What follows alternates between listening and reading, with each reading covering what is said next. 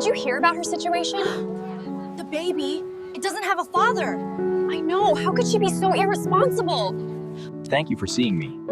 This details the harassment incidents over the past month. The evidence is highlighted here. Bà hãy trình bày rõ lý do có mặt ở đây. But I don't understand, officer. I was just buying groceries. I haven't done anything wrong. We know you were the one who took the money from the account, Mrs. Nguyen. It's all right here. No, I didn't do it. I swear I didn't touch it. Why are you doing this to me? The whispers started before the truth even had a chance to breathe. It began in the market. A glance, a pause, a voice lowered just enough to sound like a secret, but loud enough for everyone to hear. That's her, the one with the child, no father. Tu Tien froze mid-step. Her fingers tightened around the small bag of vegetables in her hand, the plastic crinkling under the pressure as the words sliced through the air and landed exactly where they were meant to. On her child, on everything she had fought so hard to rebuild. She didn't turn around immediately, didn't react, because reacting would make it worse. But the voices didn't stop. They say the man she's with now isn't even the real father.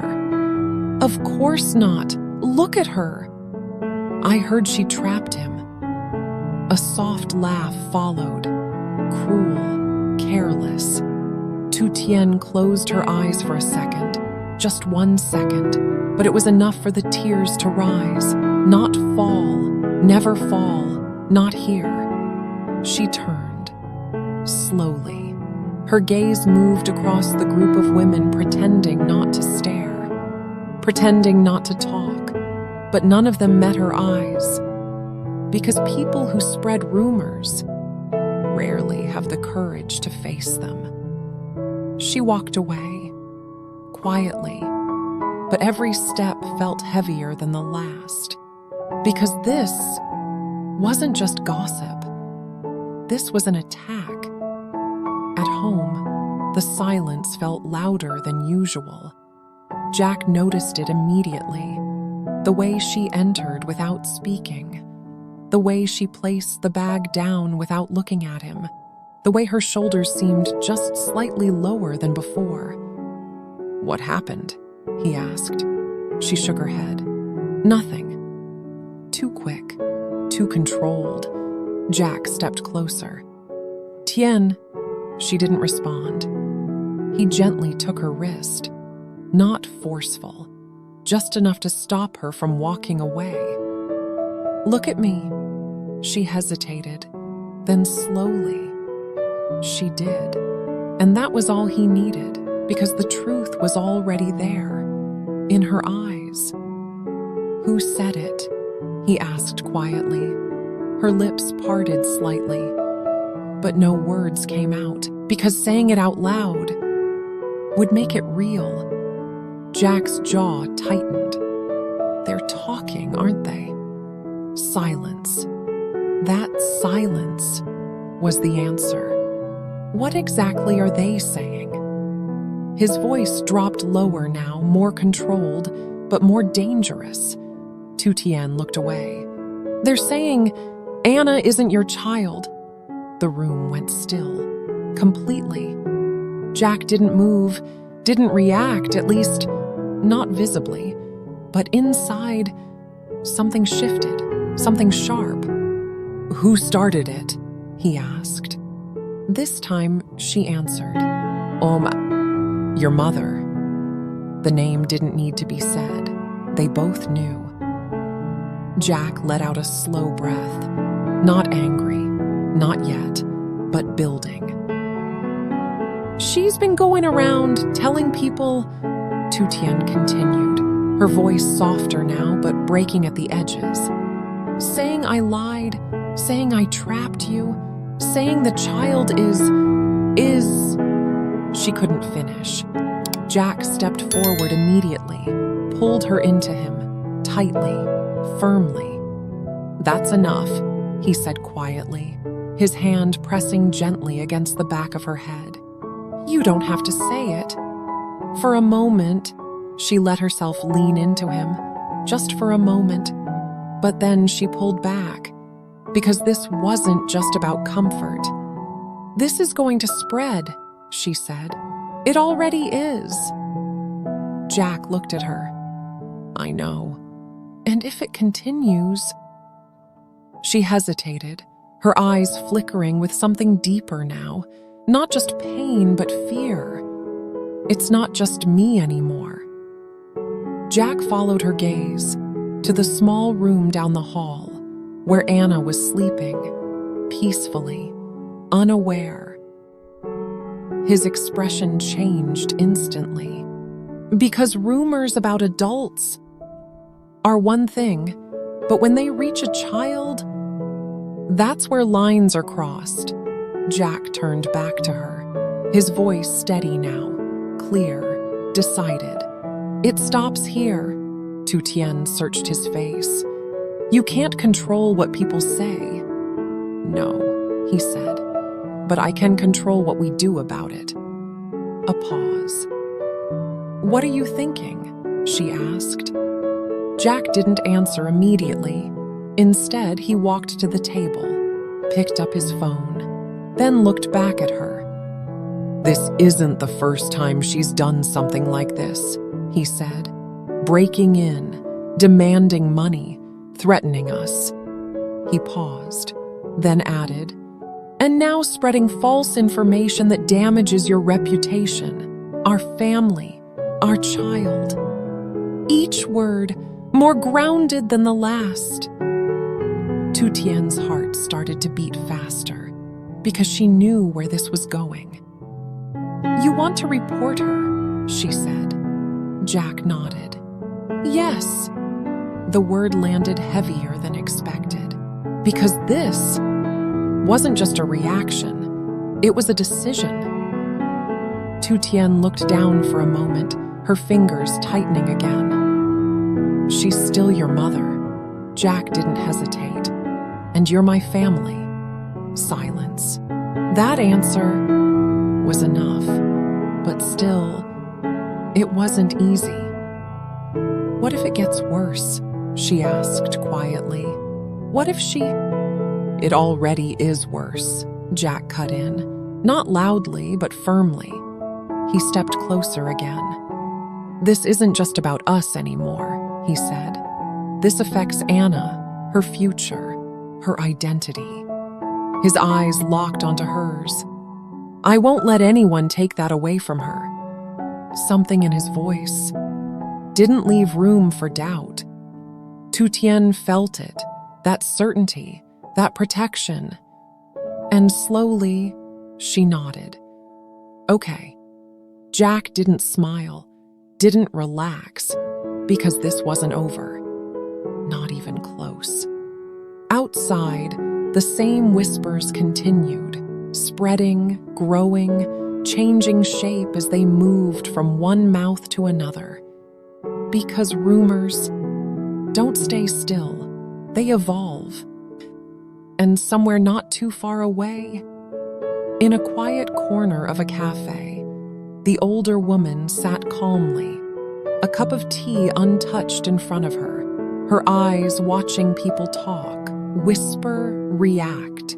And for a moment, she smiled, because she believed she was still in control. But what she didn't know was, this time, the game had changed. And the next move wouldn't be words, it would be action. The next move came faster than anyone expected. The morning air felt heavier than usual, not because of the weather, but because of what was about to happen. Jack stood in front of the mirror, adjusting his shirt with steady hands, his expression calm, almost unreadable. But behind that calm was something sharper, something decided. On the bed, a folder lay open. Inside it, screenshots, voice recordings, witness statements, every piece of damage that had been done to Tu Tien's name, collected, organized, undeniable. Behind him, Tu Tien watched quietly, her fingers pressed lightly together. "Are we really doing this?" she asked. Jack met her eyes through the reflection. "We already are." No anger, no hesitation, just truth. An hour later, they walked into the police station side by side, not rushed, not nervous, but firm. Inside, the atmosphere was cold, official, indifferent to emotions. A uniformed officer looked up. "How can I help you?" Jack stepped forward. "We'd like to file a report." The words landed with weight. Because this time, they weren't just reacting, they were drawing a line. As Jack spoke, laying out everything, the harassment, the forced entry, the threats, and now the spreading of false rumors, Tu Tien stood beside him, silent but steady. Each sentence built something, a case, a boundary, a stand. "And do you have evidence?" the officer asked. Jack opened the folder, placed it on the desk. "Yes." The officer began to flip through the documents, slowly, carefully. His expression changed, just slightly, but enough. "This is serious," he said. Tu Tien's chest tightened, because hearing that out loud made everything real. "We will need to bring her in for questioning," the officer continued. "And if the evidence supports your claims, legal action will follow."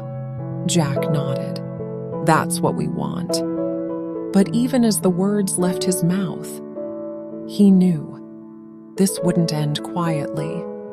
Because people like her don't accept consequences easily. That same afternoon, she found out. The call came while she was sitting at home, relaxed, confident, still believing she was untouchable. "Mrs. Lee?" the voice on the phone said. "Yes?" "This is the police. We need you to come in for questioning regarding a complaint filed against you." The silence that followed was longer than expected. "A complaint?" she repeated. "Yes." Her fingers tightened around the phone. From who? But deep down, she already knew. At the station, the air felt different, heavier. She walked in slower this time. No loud voice, no dramatic entrance, just controlled steps, measured. And then she saw them. Jack, Tu Tien, sitting side by side, waiting. For a moment, no one spoke. Because this was the real confrontation. The officer gestured. "Please sit." She did, slowly, her eyes never leaving Tu Tien. "So," the officer began, "we've received a report regarding repeated harassment, defamation, and disturbance." Her lips curled slightly. "I don't know what you're talking about." Jack didn't react, but Tu Tien did. She leaned forward slightly, her voice calm. "You told people my child has no father." The words echoed in the room, stronger than before, because now they were on record. The older woman laughed softly. "That's not harassment, that's just truth." The officer looked up. "Do you have proof of that claim?" Silence. A crack. She shifted slightly in her seat. "That's not the point." "It is the point," the officer interrupted. Jack slid his phone across the table. "There are recordings," he said, "of her spreading these statements in public places." The officer picked it up, pressed play. Voices filled the room, clear, undeniable, her voice. the moment stretched. Because denial only works without evidence. She stared at the phone, her face tightening, her confidence fading. "This is taken out of context," she said quickly. Tu Tien shook her head slowly. "No," she said. "This is exactly what you said." Silence again. But this time, it felt different, because now there was nowhere to hide. The officer placed the phone down. "Mrs. Lee, spreading false information that damages someone's reputation can be considered defamation, combined with previous harassment reports." He paused. "This is not a minor issue." Her hands clenched tightly. "So what now?" she asked. The officer's tone remained neutral. "For now, you will receive an official warning. Further investigation will continue. If the behavior continues, stronger legal action will be taken." A warning. Not the end, but not nothing. She leaned back slightly. Her eyes moved again. Tu Tien. For a brief moment, there was something there. Not anger, not pride, but something more fragile. Regret? No, not quite, but close. "You really went this far," she said quietly. Tu Tien met her gaze. "Yes, no fear, no hesitation." Because this time, she wasn't protecting silence, she was protecting truth. The older woman looked away, just for a second. Then she stood, slowly. "Fine," she said, but her voice didn't carry the same weight anymore. She turned, walked toward the door, but just before leaving, she stopped. "You think this will make people stop talking?" she asked, without turning back. Tu Tien didn't answer immediately, because she knew the truth. Rumors don't disappear overnight. "Oh, but then she said, no," a pause. "But it makes them think twice." Silence. Then the woman walked out. This time, no threats, no shouting, just quiet. Outside, the world hadn't changed. People still whispered, still looked, still judged. But something else had changed. Now, there was a line, and it had been drawn clearly. Back at home that night, the house felt calmer, not perfect, not completely free, but safer. Anna laughed softly in the other room. Unaware, unburdened, Jack stood by the door watching her, then turned to Tu Tien. "We'll get through this." She looked at him, and this time, she believed it. But somewhere far away, in a quiet, dim room, the older woman sat alone, the official paper on the table. A warning. Her fingers rested on it, not moving, her eyes distant, because something inside her had started to crack, but whether it would break or become something worse, that was a story not yet finished. Xin chào mọi người. Sau đây sẽ là câu chuyện kể về Tử Diễm, một người phụ nữ nông thôn cần cù, dành cả ngày để thu hoạch và bán quýt ở một khu chợ nhộn nhịp ở vùng quê. Mỗi quả quýt cô bán thì không chỉ mang giá trị vật chất mà còn tượng trưng cho hy vọng xây dựng lại cuộc sống với Toàn, một người đàn ông bị mất trí nhớ sau một tai nạn. Dù mệt mỏi, cô vẫn luôn vui vẻ, chu đáo, chọn những quả quýt ngon nhất để mang về cho nhà Toàn và bà cụ đã cứu mang anh. Lòng tốt của cô dần được làm mềm lòng của Toàn, và dù anh không thể nhớ về quá khứ, anh bắt đầu cảm thấy an toàn và được yêu thương khi ở bên cô. Qua những khoảnh khắc giản dị, cùng nhau làm việc, chia sẻ thức ăn và những tiếng cười thầm lặng, khoảng cách giữa họ dần phai nhạt. Ngôi nhà khiêm nhường tràn ngập nơi ấm. và một niềm hy vọng dịu dàng lớn dần rằng tình yêu và sự kiên nhẫn cuối cùng sẽ giúp Toàn tìm lại chính mình.